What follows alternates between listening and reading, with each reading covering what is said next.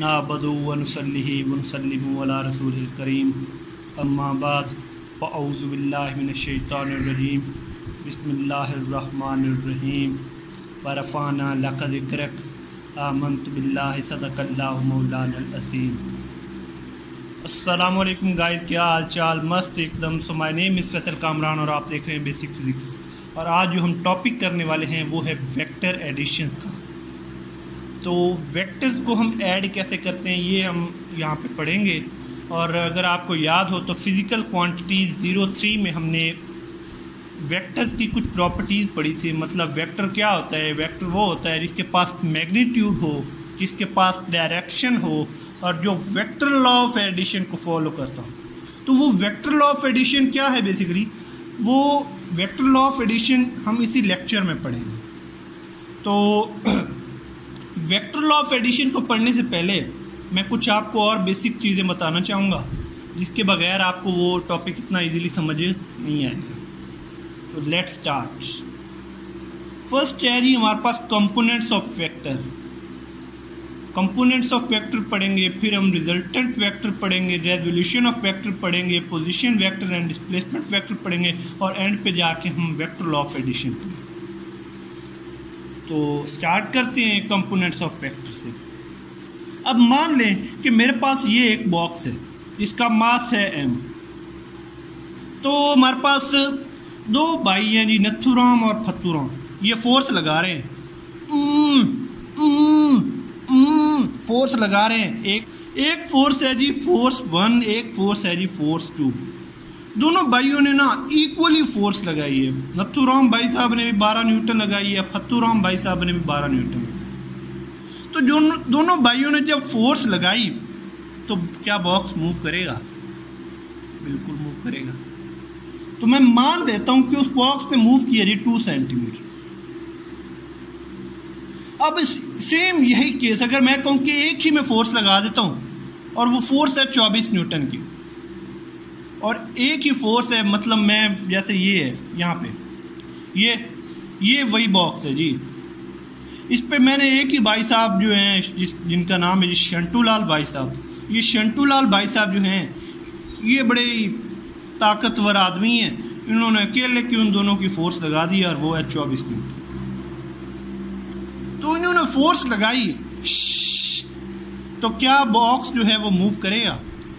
बिल्कुल करेगा। कितना मूव करेगा? सर उतना ही मूव करेगा जितना पहली बार किया था। कितना मतलब? 2 सेंटीमीटर।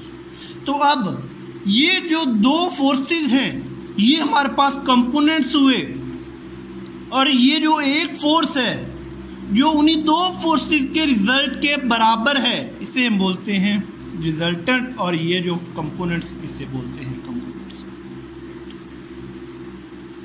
तो if a vector divide into its components it is called components of vector. वो वेक्टर जिसमें हम एक वेक्टर को उसके कंपोनेंट्स में डिवाइड कर देते हैं उसे कहते हैं कंपोनेंट्स ऑफ वेक्टर। उसके पार्ट्स में डिवाइड कर देते हैं। भाई एक पार्ट ये हो गया, एक पार्ट ये हो गया, एक कंपोनेंट ये हो गया, एक कंपोनेंट ये हो गया, एक कंपोनेंट फोर्स 1 हो गई, एक कंपोनेंट फोर्स 2 हो गई। और इन दोनों के रिजल्ट के बराबर जो एक ही फोर्स हमने लगाई वो होती है रिजल्टेंट। तो रिजल्टेंट बेसिकली क्या है? रिजल्टेंट वो फोर्स है जो हमें वही इफेक्ट दे जो ओरिजिनल दो वेक्टर्स ने दिए है, ओरिजिनल दो फोर्सेस ने दिए है, वही रिजल्ट दे।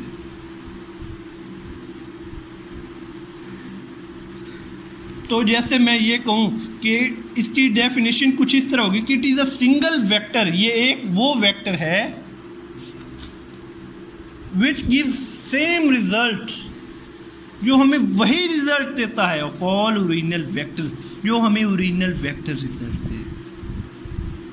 नेक्स्ट है जी रेजोल्यूशन ऑफ वेक्टर। अगर मैं कहूं कि उसी ये जो हमने 24 न्यूटन की फोर्स लगाई है इसे मैं दोबारा से 12 में तोड़ दूं इस फॉर्म में, तो वो क्या बन जाएगा? ये प्रोसेस, ये जो वेक्टर्स को तोड़ने का जो प्रोसेस है कि मैं 12 न्यूटन में तोड़ रहा हूँ इस 24 न्यूटन की फोर्स को, तो ये जो प्रोसेस है तोड़ने का, इस प्रोसेस को बोलते हैं रेजोल्यूशन। नेक्स्ट है जी पोजीशन। पोजीशन वेक्टर क्या है? पोजीशन वेक्टर वो वेक्टर है जिसमें हम किसी भी वेक्टर की पोजीशन को फाइंड करते हैं। भाई आप पोजीशन क्या क्या अच्छा पोजीशन, अच्छा मैं कहता हूँ भाई मुझे इस बॉडी की ना पोजीशन चाहिए, तो उसके लिए क्या है कि एक हमारे पास रेफरेंस पॉइंट होना भी ज़रूरी है। जैसे मैं कहूँ भाई मैं 3 मीटर पे हूँ, तो आप पूछोगे कि सर 3 मीटर कहाँ से? आपके 3 मीटर से या मेरे 3 मीटर से? आपसे दूर 3 मीटर या मुझसे दूर 3 मीटर? तो एक रेफरेंस पॉइंट होना ज़रूरी है, और वो रेफरेंस पॉइंट होता है जिसे हम बोलते हैं ओरिजिन। जैसे मैं कहूँ कि ये पंखा, यहाँ पे फ़र्ज़ करें एक पंखा है, मैं यहाँ पे खड़ा हूँ, मैं कहता हूँ भाई पहले मुझे 3 मीटर यहाँ पे जाना पड़ेगा, फिर 3 मीटर यहाँ पे जाना पड़ेगा, फिर जाकर मैं पहुँच जाऊँगा। तो रेफरेंस पॉइंट क्या है? ये पंखा। ओरिजिन क्या है? ये साइड, ये साइड। तो वो पॉइंट जहाँ से हम स्टार्ट हो रहे हैं वो होता है हमारे पास रेफरेंस पॉइंट, इसे हम ओरिजिन बोलते हैं। अच्छा, अब इसे 2D में कैसे लिखा जाता है? मान लीजिए हमारे पास एक डायरेक्शन है ऐसे, इसे मैं नाम देता हूँ जी एक्स एक्सिस का। इसी तरह ये एक डायरेक्शन है, इसे मैं नाम देता हूँ जी वाई एक्सिस का। और यहाँ पे ना मेरे पास एक भाई साहब खड़े हैं जिनका नाम है जी, क्या नाम है, फत्तू राम रख लें जी। इन फत्तू राम भाई साहब की हमने पोजीशन फाइंड करनी है। तो मैं कहता हूँ भाई मोहतरम मुझे ज़रा फत्तू राम भाई साहब की पोजीशन तो बताएं। आप कहेंगे सर पहले इधर मैं चला एक्स एक्सिस में, एक्स डायरेक्शन में, फिर इधर मैं चला वाई डायरेक्शन में, तो मैं पहुँच गया भाई फत्तू राम भाई साहब के पास। या फिर दूसरा रास्ता क्या है जी, यहाँ से सीधा मैं चला जाऊँ फत्तू राम भाई साहब के पास। तो ये 2 रास्ते हुए। तो ये जो एक्स एक्सिस है इसे हम इसे लिखते कुछ इस तरह है कि r vector equal to x i. X जो है एक्स एक्सिस उसके साथ आई कैप आता है, पोजीशन वेक्टर कौन सा आता है? आई कैप। और जो वाई एक्सिस है उसके साथ हमारे पास जो पोजीशन वेक्टर आता है वो होता है वाई जे के साथ ये। सिमिलरली ये तो हो गया 2 डायमेंशन 2D में। 2D क्या है? कोई भी ऐसे हमारे पास चीज़ जिसके पास 2 डायरेक्शन हो, जिसके पास क्या मतलब लेंथ हो उसके पास और विड्थ हो। फॉर एग्जांपल आप कह लें आपके घर का टीवी, उसके पास लेंथ भी होती है, उसके पास विड्थ भी होती है। आपका मोबाइल फ़ोन, उसके पास लेंथ भी होती है, उसके पास विड्थ भी होती है। इस तरह नेक्स्ट है जी हमारे पास 3D। 3D में क्या होता है कि 3 डायमेंशनल 3 डायरेक्शनल। जिस तरह मैंने कहा कि ये हमारे पास एक्स डायरेक्शन है जी, क्या डायरेक्शन है जी? X axis.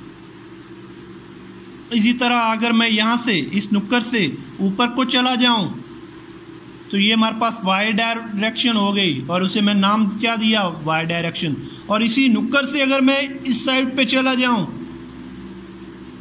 जो इसी के 90 के एंगल बना रही हो, मतलब राइट एंगल बना रही हो, तो इस डायरेक्शन में चला जाऊं तो इसे भाई मैं जी एक्सिस का नाम देता हूँ। तो इस केस में मैं कहता हूँ भाई मुझे पोजीशन फाइंड करनी है, तो क्या होगा? सेम वही प्रोसेस भाई, यहाँ से यहाँ पे आएंगे, यहाँ से यहाँ पे आएंगे, और उस भाई फत्तू राम भाई साहब की हमने पोजीशन को फाइंड कर ली। इसे लिखते कैसे हैं? लिखते बिल्कुल वैसे ही हैं जैसे हमने पहले लिखा है भाई, x is equal to r i x i sorry plus y j plus, अब z एक्सिस आ गया तो z के। बिल्कुल सिंपल मेथड। नेक्स्ट है जी हमारे पास डिस्प्लेसमेंट ऑफ वेक्टर। डिस्प्लेसमेंट क्या होता है? डिस्प्लेसमेंट ऑफ वेक्टर को करवाने से पहले मैं आपको एक बड़ा ही ना मज़ेदार सा कॉन्सेप्ट बताने लगा। मान लो हमारे पास ये एक वेक्टर है जिसकी डायरेक्शन इस साइड पे है, इस साइड। अच्छा, दूसरा वेक्टर है जिसकी डायरेक्शन ऊपर की साइड पे है। इसकी अब वेक्टर ये हो गया ए। अब ए की टेल से यहां से ऊपर बी की टेल को मिलाओ, बी वेक्टर। और अगर मैं कहूं कि अगर आपको ये वेक्टर जो होगा यहां से ये वेक्टर, ये आप इसकी वैल्यू आपको फाइंड करनी है। ये वेक्टर कौन सा वेक्टर है ये तो आप बताएं, वो वेक्टर होगा हमारे पास। और भाई गौर करें ना, क्या मतलब गौर करें कि ये हमारे पास ऐसे होता है ना, A plus B is equal to R. उसके लिए हमारे पास प्रोसेस क्या होता है कि ए की हेड बी की टेल, लेकिन यहाँ पे तो उल्टा हो रहा है। यहाँ पे अगर देखें ये ए की हेड, ये हेड है, उसकी बी की टेल, ये इसकी टेल है, ये इसका हेड है इस वेक्टर का। तो ये उसका अब हेड बन गया, ये उसकी टेल बन गई। तो इस लिहाज से अगर देखा जाए तो ये हमारे पास रिजल्टेंट वेक्टर बनता है। नहीं समझे? ऐसे देख लो, ये हमारे पास एक वेक्टर है, इसे मैं वेक्टर का नाम देता हूँ ए वेक्टर। अच्छा, ये हमारे पास दूसरा वेक्टर है, इस वेक्टर को मैं नाम देता हूँ बी वेक्टर। मैं कहता हूँ इस वेक्टर की मुझे वैल्यू तो बताएं ज़रा। तो क्या कैसे लिखोगे भाई? आप लोगों ने ट्राइंगल लॉ पढ़ा होगा, अगर नहीं पढ़ा तो कोई बात नहीं, हम आगे अभी आप थोड़ी देर बाद आपको समझ आ जाएगी इसकी कि ए का हेड बी की दूसरे एक का हेड दूसरे वेक्टर की टेल से मिलाओ तो उसे कैसे लिखते हैं? ए प्लस बी। और जो जिसकी टेल से एक वेक्टर, पहले वेक्टर की टेल जो है वो आखिरी वेक्टर के जो हेड है उसके साथ मिलाओ तो वो हमारे पास बन जाता है आर। खैर ये आपको बहुत, मैं अभी आगे समझाता हूँ बड़ी डिटेल के साथ, अभी आपको समझ नहीं आएगी, तो अभी मैं आपको हल्का फुल्का सा बता देता हूँ। तो बेसिकली डिस्प्लेसमेंट वेक्टर क्या होता है? डिस्प्लेसमेंट वेक्टर वो वेक्टर होता है कि it is a vector joining initial position to final position. ये वो वेक्टर जो इनिशियल पोजीशन से फाइनल पोजीशन।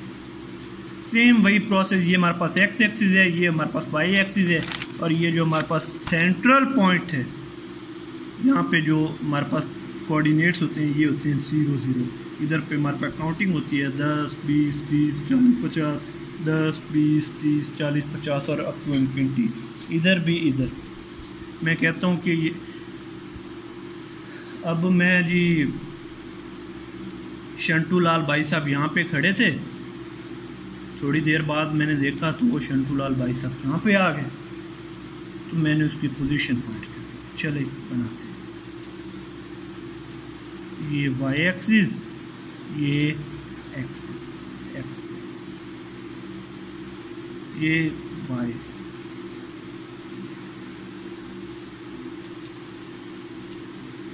अच्छा, अब मैं क्या कहता हूँ कि एक शंटू लाल भाई साहब हैं यहाँ पे खड़े हैं,